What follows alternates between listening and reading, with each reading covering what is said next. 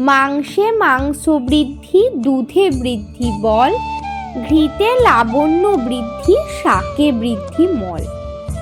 অর্থাৎ খনামা বলেছেন, মাংস খেলে শরীরে মাংস বাড়ে, দুধ খেলে দেহে শক্তি বাড়ে, ঘি খেলে শরীরে গ্ল্যামার বাড়ে অর্থাৎ ত্বক তৈলাক্ত হয়, এবং শাক খেলে মল বৃদ্ধি হয়, তাতে পেট পরিষ্কার হয়ে যায়। আলো হাওয়া বেঁধোনা, রোগে ভোগে মরোনা। অর্থাৎ আমাদের ঘর তৈরি করার সময় খেয়াল রাখতে হবে আলো বাতাস চলাচল যাতে ঠিক মতো করতে পারে। উপযুক্ত জানলা দরজা যেন ঘরে থাকে। ঘরে আলো বাতাস চলাচল ঠিক মতো করতে না পারলে নিত্যদিন শরীর খারাপ লেগেই থাকবে, এমনকি মৃত্যুও হতে পারে। বাসক পাতার এমন গুণ, পুরানো কাশি ধরায় ঘুম। অর্থাৎ বাসক পাতার রস কয়েকদিন খেলে পুরনো জমে থাকা কাশির ঘুণ ধরিয়ে দেয়, মানে জমে থাকা সব কাশি বের করে দেয়। সারাই কাশি তুলসীর রস, জ্বরের ঔষধ শিউলির রস।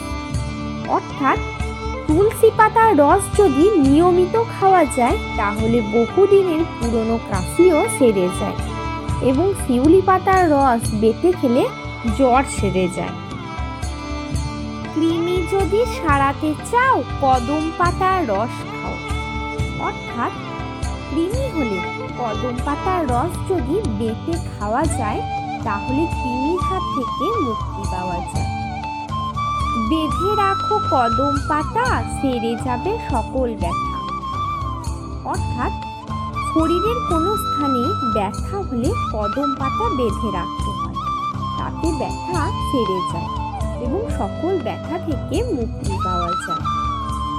থানকুনি পাতার রসে আমাশয়ের ওষুধ আছে। অর্থাৎ থানকুনি পাতার রস নিয়মিত খেলে আমাশা নির্মূল হয়ে যায়, এমনকি অনেক দিনের পুরনো আমাশা পর্যন্ত সেরে যায়। খেতে বসলে কিসের দায়, পাকনা ধান কি জলে যায়। অর্থাৎ খেতে বসলে সমস্ত চিন্তা দূর করে ধীরে ধীরে খাবার খেতে হয়। ধীরে ধীরে ভালো করে চিবিয়ে খাবার খাওয়ার ফলে আমাদের মুখের লালা খাবারের সাথে মিশে হজম শক্তি বৃদ্ধি করে এবং শরীরে পুষ্টির সঞ্চার করে। প্রভাতকালে উঠে যে খাবে ঠান্ডা জল, তাহার ঘরে বদ্যি না যাবে কোনো কাল। অর্থাৎ সকালে ঘুম থেকে উঠে পর্যাপ্ত পরিমাণে ঠান্ডা জল পান করতে হয়। পর্যাপ্ত পরিমাণে ঠান্ডা জল পান করলে বহু রোগ থেকে মুক্তি পাওয়া যায়। তার ফলে ডাক্তার বদ্যিকে ডাকার কোনো প্রয়োজন হয় না।